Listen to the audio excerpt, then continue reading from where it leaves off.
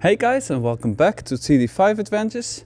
My name is Wouter, and in this video I am going to drain the coolant system, swap the thermostat, swap the expansion tank and expansion cap, and flush the whole coolant system and see if we have any improvement in the performance of the coolant system. Now, this is not going to be a tutorial on how to do this step by step, because I don't even know how to do this. We are just going to work using the knowledge that we have to drain the coolant system. This Range Rover diesel doesn't have a bottom hose on the radiator, but it has a bottom plug. So there is a plug you can open to drain the radiator, and then we are going to remove some hoses, and then we are also removing the fan again to be able to access the thermostat housing. We'll take the thermostat housing off and inspect the thermostat, and then we'll get a garden hose with some water and flush the whole system, the engine itself, as well as the radiator, and see if there's anything nasty coming out. There are also some cleaning products you can buy and put into your cooling system to help clean the system from the inside, but I haven't done that yet. So this time we'll only use water to see if there's flow and if there's anything blocking the flow. So yeah, I think we'll start by placing a collecting pan underneath the radiator and drop the coolant from the radiator itself.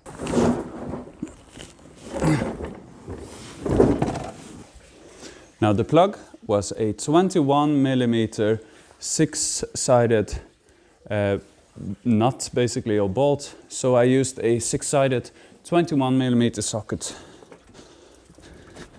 And when draining something from the bottom, just think about removing the filler cap.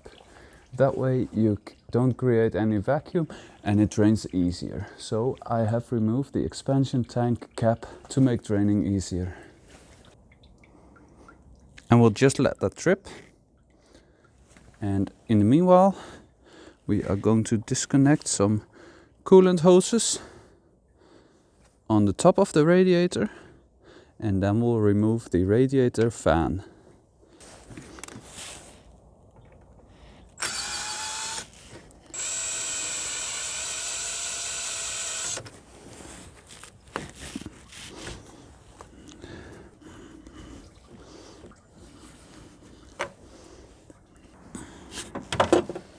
And then to remove the fan, we use a 32mm spanner, and you can buy a special spanner tool for it, which then also holds on to the water pump pulley, because when you're just using a spanner, it will actually spin all the pulleys inside of the belt. So I've actually made myself a special pulley retainer, basically, which I then put onto a 1/2-inch bar, and that way I can hold the water pump pulley in place while trying to get the fan off.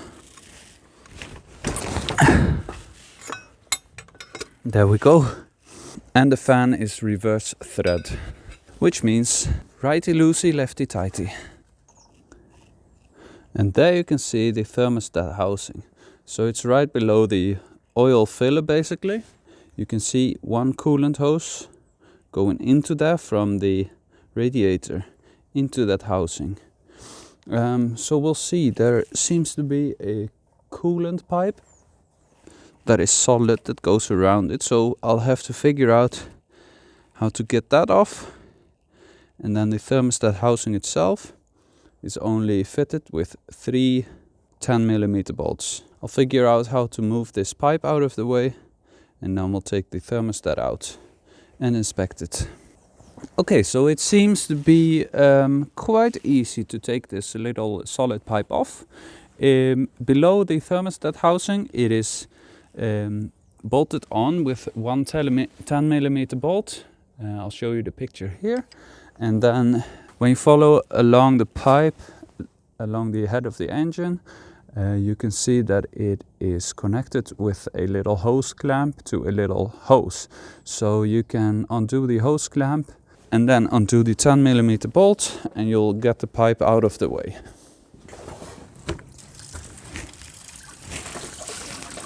Now we've reached the thermostat housing, and there are 3 10mm bolts on here, and we'll just move this little pipe, which we've just disconnected, out of the way.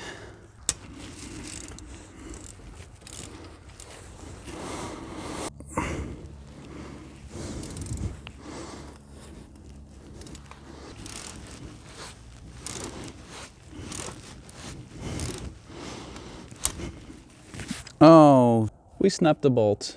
And the other one is about to snap as well. Yep, there we go.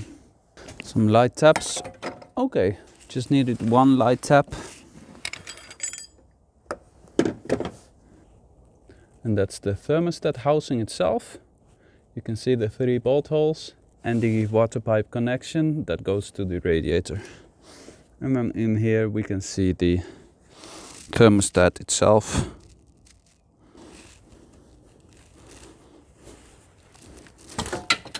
Ah, there we go.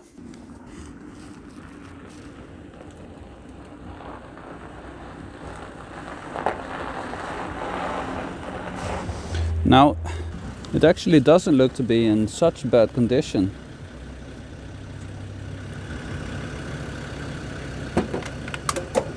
On the following day, I spent a good few hours drilling out those broken off bolts and making some new threads into the block. After reinstalling the thermostat and thermostat housing, I went on to flushing the whole system. I just took a hose, a water pipe, and flushed the engine through, and then also flushed the heater core, and then flushed the radiator as well. I did not find any obstructions or dirt in the radiator block or heater core, so it was time to reassemble the intercooler, radiator and the hoses, and also the radiator fan.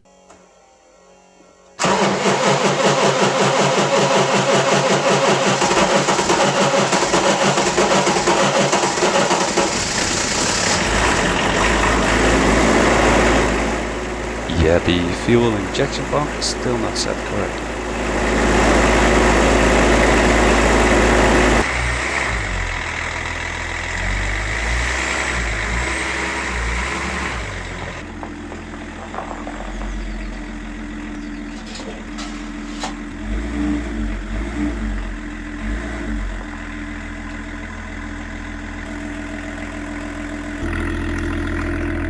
Okay, so as you can see now, I have the engine running, and I've replaced the expansion tank, the thermostat, and also the expansion tank cap.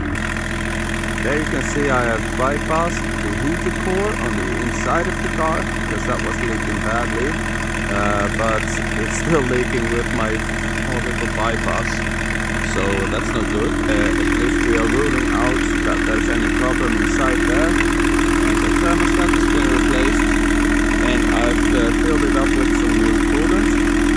But now I'm leaving the system basically. I will lift up the coolant expansion tank up above the engine's highest point, and then we'll bleed out the system and see if we have made any improvements.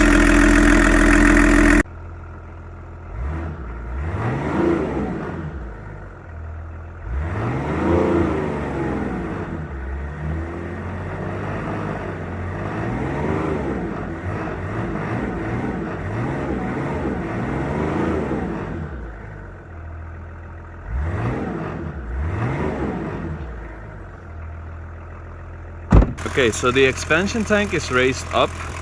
So these points are actually the highest points of the engine of the coolant system. When there is air going through the whole system, it will automatically end up and go out that way. I've been revving the engine a bit to get the water pump spinning faster and pumping around fluids. And now we're waiting for the engine temp to get up to normal working temperatures. It's still cold, and The weather doesn't help either. But yeah, we'll just wait for the engine to get hot and then we'll see. When I had head gasket problems last with the V8 Discovery, I could see it bubbling all the time because there was actually compression coming out the head gasket into the coolant system, which made for exhaust gases to come into the coolant system and bubble out here and cause pressure. But I'm not seeing any of that right now. So yeah, we'll see what if the thermostat will actually do its job, or if there's some other problem.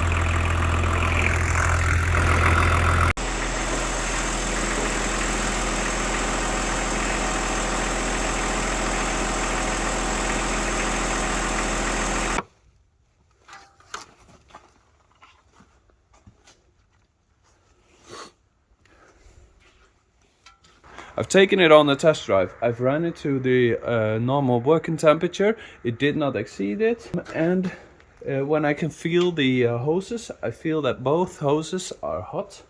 The expansion tank is to the correct level. And there is no unusual pressure either buildup in the coolant system.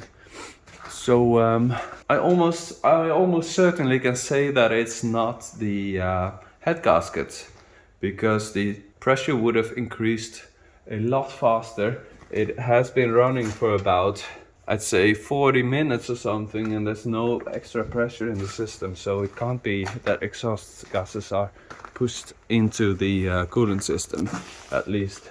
I'll have to clear out the garage a bit again, and then I'll take it inside. Then the next job will be to remove the leaks from the heater core. So I'll have to take apart the dashboard and get to that, and then we'll make sure to seal all the joints that are leaking and make sure that that works. Then we also can get some heat inside the cab. But after that, I just have to adjust the fuel pump a bit better, because I'm still lacking a bit of power and it's still a bit hard start. But then we can have a check over generally, and maybe even take it for the yearly inspection and make it legal to use on the road. So that's some positive news to end with. I hope you liked this video. Please click the like button if you did. Don't forget to subscribe, and don't forget to comment. Just tell me what you want to see from this Range Rover, and if there is anything else to check in the coolant system. But anyways, some success after all the struggling. So yeah, one step closer to getting this on the road again. Thank you for watching, and we'll see you in the next video. Bye bye.